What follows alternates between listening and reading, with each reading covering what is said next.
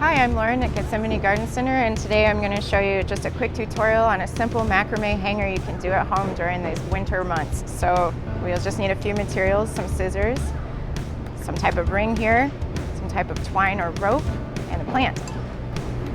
Okay, so first thing we've done is cut our string. I've chosen about an arm's length in half, 3 of these, equal length. Then we've got our ring. After that, we can go ahead and start assembling. I just do a simple loop through this way for the ring to establish the top.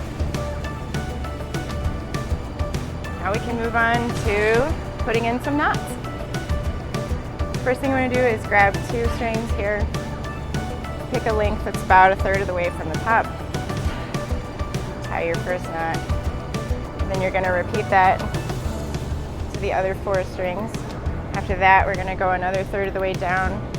This time we're going to choose 2 again, but from opposite bundles here.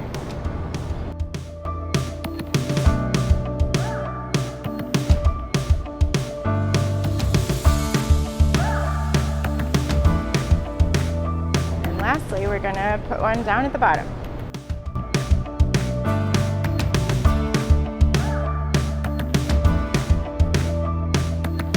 What you got, folks? Check it out. So this is an example of a really simple construction, but we've got some really elaborate ones here at Gethsemane Garden Center that you should come and check out if you'd like to expand your macrame horizons. Macrame is a fun, simple activity. You can get more elaborate with it if you have that sort of time and skill.